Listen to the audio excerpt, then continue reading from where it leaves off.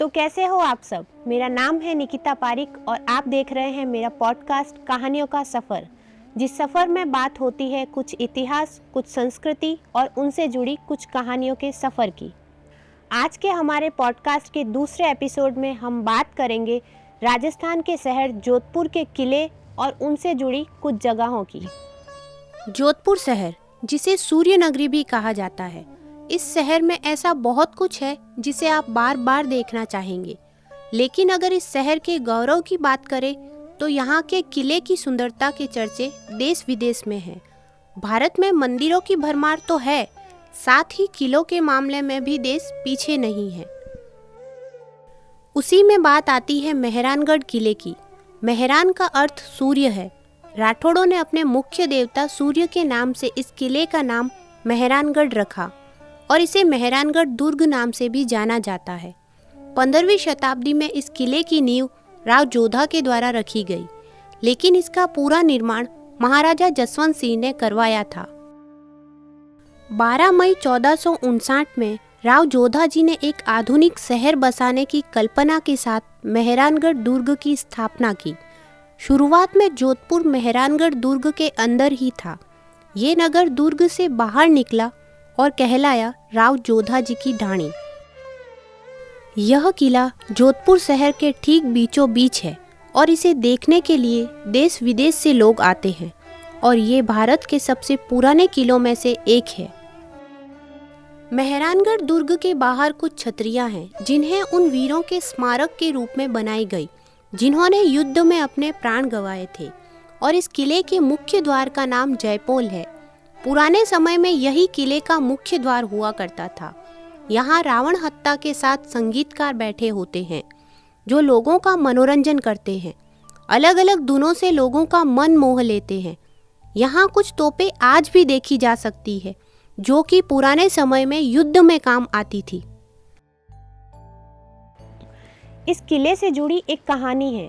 जब राव जोधा किले के निर्माण के लिए निरीक्षण करने पहुंचे, वहां उन्होंने एक बकरी को शेर से लड़ते हुए देखा। यह देखकर वो बहुत प्रभावित हो जाते हैं और फैसला करते हैं कि वो किले का निर्माण इसी जगह करेंगे।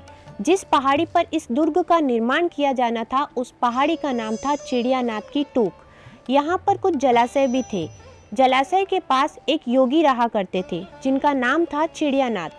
जब योगी को बताया गया कि राजा इस स्थान पर दुर्ग का निर्माण करने वाले हैं और कुटिया को यहाँ से हटाना होगा, तो योगी नहीं माने और उन्होंने मना कर दिया।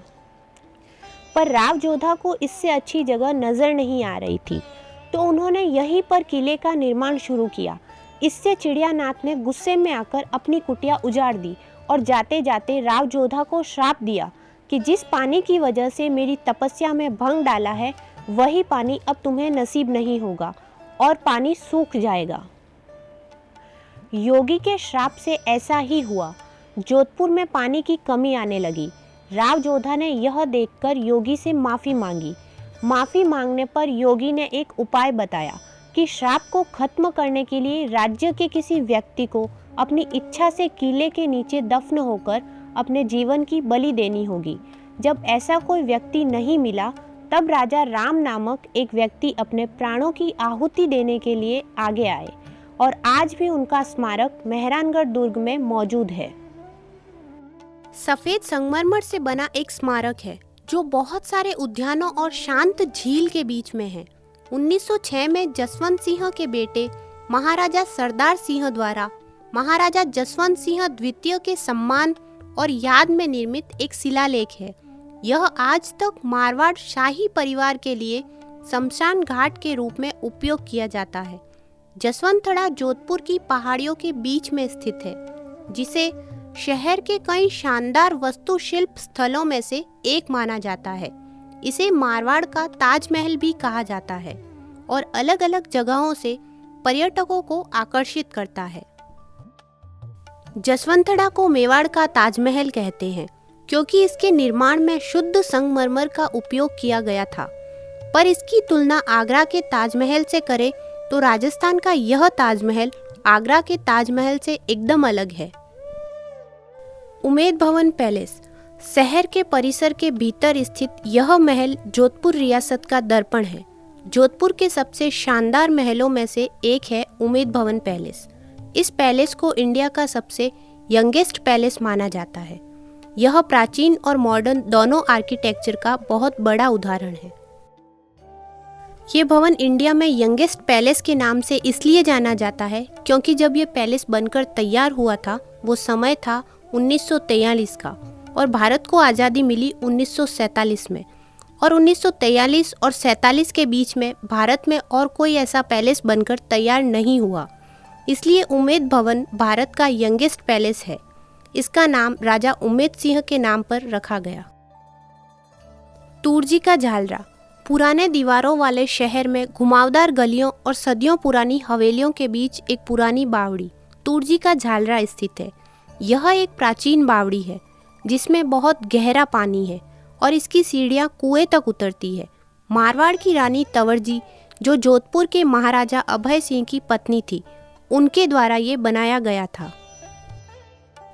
एक सदी से भी ज़्यादा समय तक जलमग्न रहने वाली इस बावड़ी ने सूखे के समय पानी की उपलब्धता सुनिश्चित की और रेगिस्तानी भूमि में बारहमासी जल स्रोत के रूप में काम किया। यह झालरा पुराने शहर के चौराहे पर खूबसूरती से खड़ा है, जो स्थानीय भीड़ और यात्रियों को आकर्षित करता है।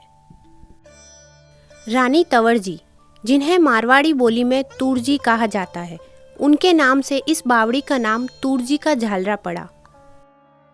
कायलाना झील महाराजा प्रताप सिंह ने पूर्व शासक भीम सिंह और तख्त सिंह के बनाए महल और बगीचों को ध्वस्त कर यह झील बनवाई। कायलाना झील की सुंदरता निहारने के लिए दूर दूर से लोग आते हैं। यह जोधपुर के मुख्य पर्यटन स्थलों में से एक है और यहाँ के आसपास का वातावरण भी ठंडा रहता है तथा लोगों की भीड़ भी रहती है। बारिश के मौसम में सुबह से शाम लोग सैर सपाटा करते नजर आते हैं। कायलाना झील में सर्दियों में अलग अलग प्रजाति के विदेशी पक्षी भी देखे जाते हैं। हाथी नहर के जरिए कायलाना झील में पानी आता है, फिर वही पानी फिल्टर होकर जोधपुर के घरों में पहुंचता है।